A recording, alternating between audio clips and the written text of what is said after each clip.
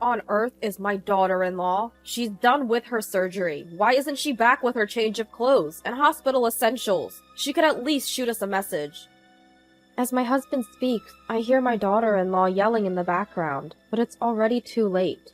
Mom-in-law, I'll get my underwear and other stuff at the hospital gift shop. Please, don't go through my drawers.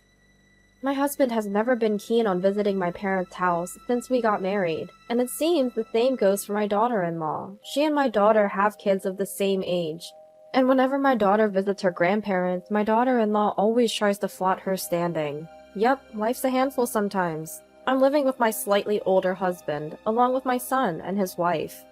She complained about a sudden stomach ache and was rushed to the hospital. Thankfully, it turned out to be just appendicitis, so it's not life-threatening. My husband and grandchildren also went to the hospital. Once my eldest son arrived, I returned home to prepare for her hospital stay. Sorry, but I'll go back to the hospital tomorrow. That's what I told them, and it led to a shocking turn of events. Sure, marriage links two families together, and it comes with its challenges, but I think that's part of what marriage is all about. I couldn't bear the thought of someone arbitrarily making decisions and keeping it a secret. If this were feudal Japan, it'd be straight to seppuku. I sometimes can't help but think in extremes. I told them over the phone that I would visit the hospital, not on the day my daughter-in-law was admitted, but the next day. I needed time to emotionally prepare. Alright, let's get everyone on the same page. My name is Grace. I'm 62 and work as a freelance funeral service director. Different religions and sects have their own rituals, so it's actually a pretty challenging job, but it's work that needs to be done, though I take pride in doing it. My husband is slightly older, and we met through work. Back in my day, we didn't fuss about how much the other made or what job they had. I got married and had kids shortly after junior college. That's just how it was. Nowadays, I have a job and can support myself. I even find myself wondering, is marriage really necessary unless you're with someone special? My husband is a bona fide baby boomer. He thinks our generation has significantly impacted American culture and society. Maybe that's why he never helps around the house. Today, guys who can cook are popular, but not him. Even when taking care of his parents, he never helped, not even with encouraging words. So I was planning on divorcing him after his parents passed away. But we've spent so many years together, it's not that easy to just cut him off. My husband has retired from work and is now leading a relaxed life. It seems that he's become more mellow because of it. That's what I thought until my daughter-in-law came into the picture. Though he doesn't have many hobbies, he wanted to keep active and extend his vibrant years, as he put it.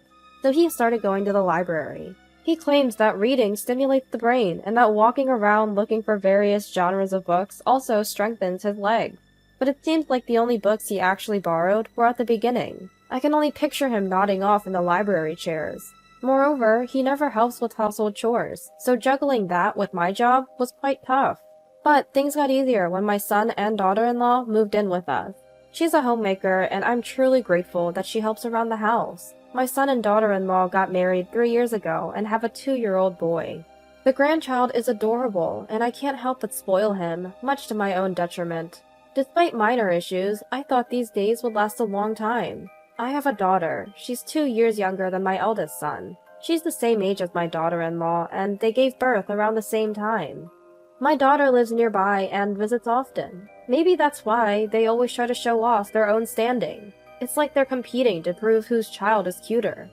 Ah, you're visiting again? Is it bad to visit my own parents? That's not what I'm saying. Awkward silence falls. Look, the grandchildren are playing together nicely. Isn't that enough? Well, I plan to enroll mine in preschool next year. Preschool? What's that? Coincidentally, we're also planning to send ours. You too? Isn't it too early for preschool? Mom, please keep quiet. Starting at 3 is already late, you know. Exactly! Haha. It turns into this atmosphere every time. My daughter-in-law walks into the room without making any tea. But if preschool starts at 3, my daughter probably won't visit as often. And my daughter-in-law will probably go out more often, so I felt a bit relieved. However, my daughter soon drops a bombshell. Hey, Mom, doesn't that kid look nothing like Jack? She says, observing my eldest son's child intently. Really? They say kids look like various relatives when they're young. At that time, I didn't take my daughter's words seriously. After all, even among grandchildren, I can't help but find the one my daughter gave birth to more adorable. Maybe that's why my daughter-in-law gets in a bad mood when my daughter visits, and that sour mood impacts me. My eldest son and his wife got married through a friend's introduction. By the time they both crossed 35, they were getting anxious, and a friend introduced them. It seems my daughter-in-law had the same motivation. They moved in together because my son's work was conveniently located, and they wanted to have a child soon after getting married. The following year, they had a child, and she became a homemaker. Very much the diligent, perfectionist, middle-aged person. I heard she used to be a wedding planner, quite the opposite of me. She resigned because she wanted to focus on parenting. My daughter-in-law apparently plans to return to work once the kids are a bit older. She once told me she never compromises on housework. During her long years of being single, she learned all about chores and cooking. Every month, she decorates the house with seasonal flowers and is picky about the ingredients she uses. For holidays like Easter, Halloween, and Christmas, she goes all out with decorations. She's a great cook, and her cleaning is impeccable. On the flip side, ever since she moved in, she won't let me lift a finger. "You've been working, mother-in-law. You should rest." "It's no big deal, really. This is my job after all," she'd say, not even letting me clean up after meals. She's even rearranged the flow of household chores in various setups. Apparently, she's switched the contents of the drawers too. She's labeled everything so you know exactly where things are at a glance. My aging husband loves the changes, but it's left me feeling like this isn't my home anymore. "Mother-in-law, you put the towels in the wrong place again." "Ah, old habits. Sorry about that." I'm constantly being corrected. I just wish she'd consult me before making changes around the house. My husband is from the baby boomer generation. People say that they like to go with the flow and follow trends, but he's not like that. My husband is pretty indifferent and doesn't like being part of a group. He's not one to follow trends either. Maybe that's why he's always been reluctant to interact with my family. It's been that way since we got married. While we often hear about living in an era where people could live to 100, studies show that men typically live to about 76, and women to about 81. My dad passed away from illness 2 years ago. He lived a bit longer than the average life expectancy, making it to 78. My mom now lives with my sister, who is 3 years younger than me. One day, my husband randomly asked, "Is your mom still, healthy?" "Yes, she just has high blood pressure at the moment. Otherwise, she's fine."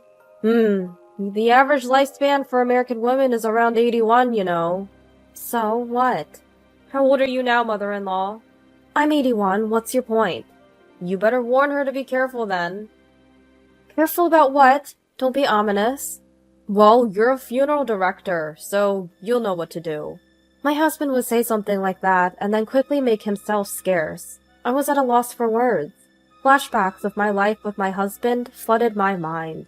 His lack of support in raising our kids, taking care of his parents, and even connecting with my family. Once you start down that path, there's no end to the issues. I began to feel like I'd hit a wall in my marriage. My mom's health isn't great, but my sister lives with her, so I'm not too worried. My sister is a single career woman. She even got her retirement age extended, planning to work until she's 70. Apparently, being single in your 50s and beyond is increasingly common, so it's not a rare story. My husband's lack of involvement with my family also means my daughter-in-law doesn't have much good to say about them either. "Your sister is still working, right?"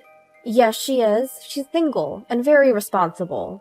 I assume she's saved a lot of money then. I wondered what her point was. My sister's savings have nothing to do with her.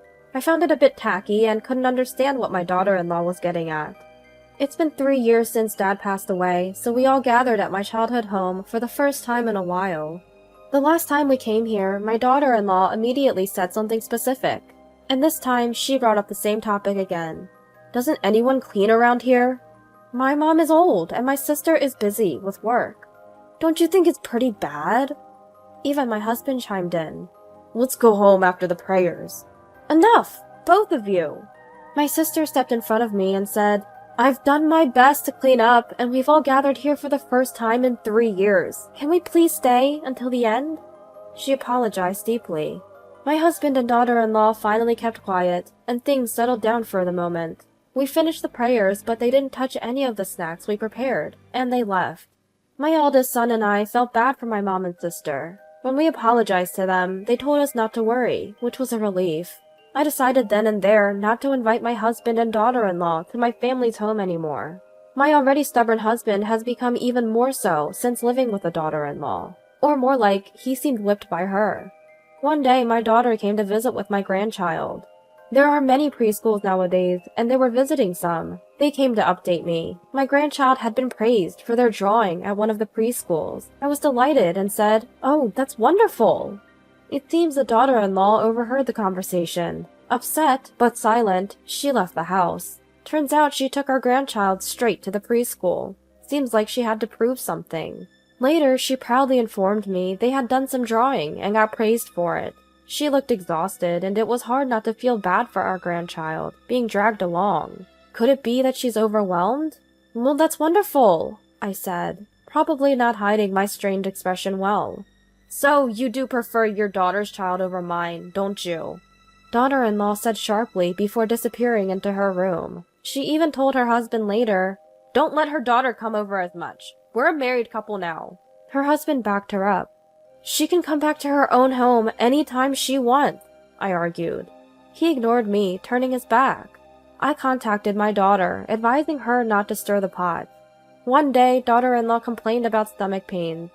"Our grandchild told me, but she keeps saying it's not a big deal."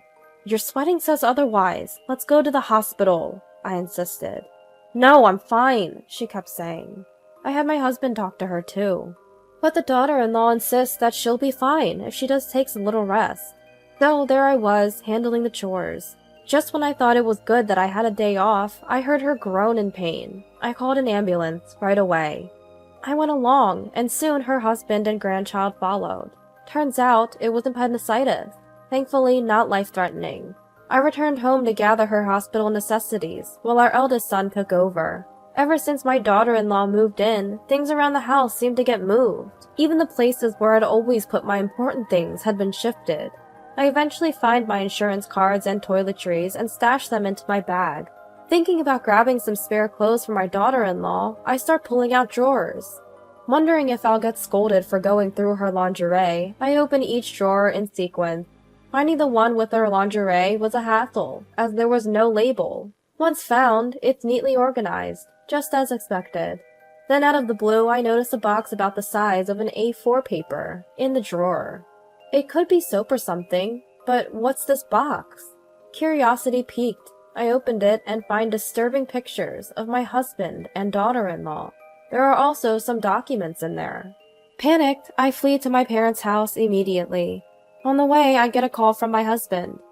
"When are you coming back? The daughter-in-law's surgery is over, and you're still not back with her clothes and hospital items. Call us."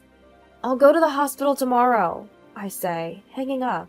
In the background, I hear my daughter-in-law say, "Mother-in-law, please don't open the drawers. We can buy underwear at the hospital shop." But it's too late. I already have my proof. The photo in the box shows my husband and daughter-in-law together.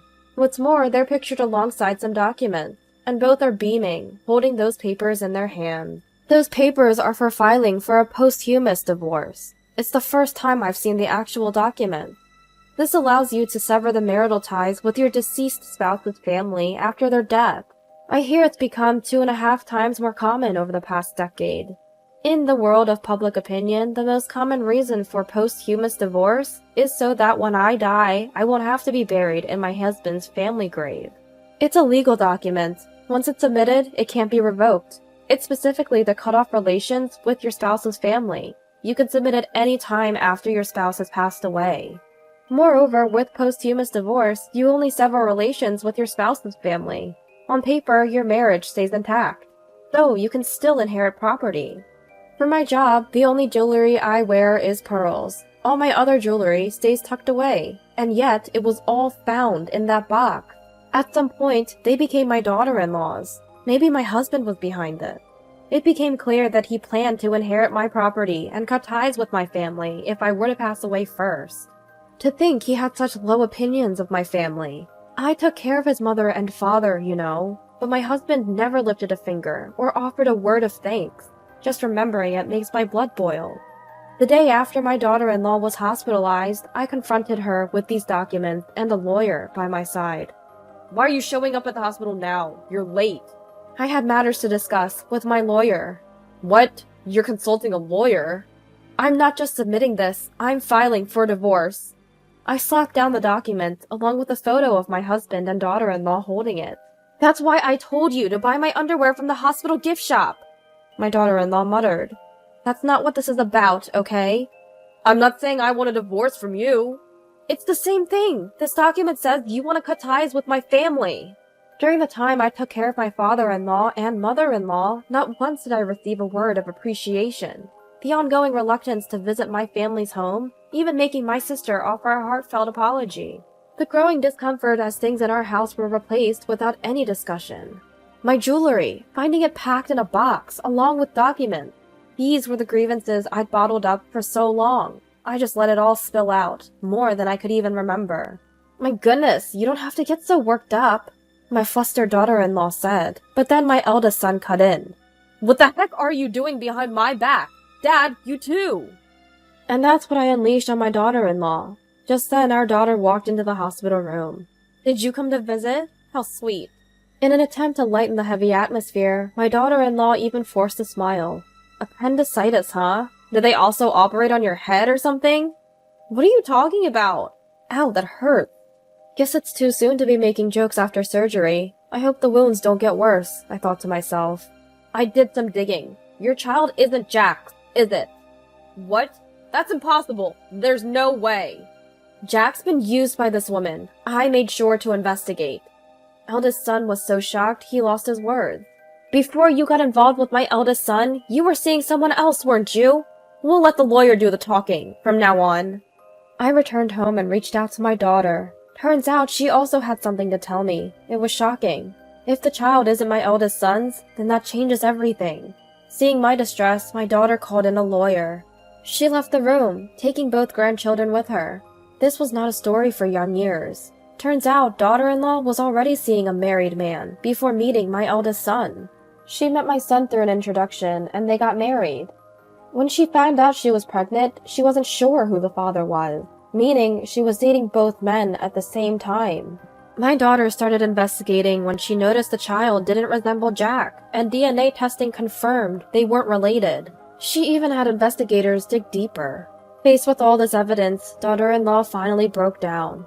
I never intended to deceive anyone. But you did deceive him! Why not keep going, as we have been? Husband, who's become quite friendly with daughter-in-law, seemed unfazed. I'm filing for divorce. Do whatever you want. With that, I left the room. I never said anything about getting a divorce. I pretended not to hear. I'll go to Mom's place. I'll send the divorce papers later. How could you? I thought we were truly happy. Hearing this, daughter-in-law broke down again. She couldn't keep up the facade of a perfect life any longer. A concerned nurse rushed in. Is the wound hurting? Are you okay? And that's when the kind nurse said, It's not the physical wound that hurts, I thought to myself. Husband reluctantly filled out the divorce papers. He can't do housework to save his life. Daughter-in-law can't go back to her parents' home because she deceived my eldest son into having a child.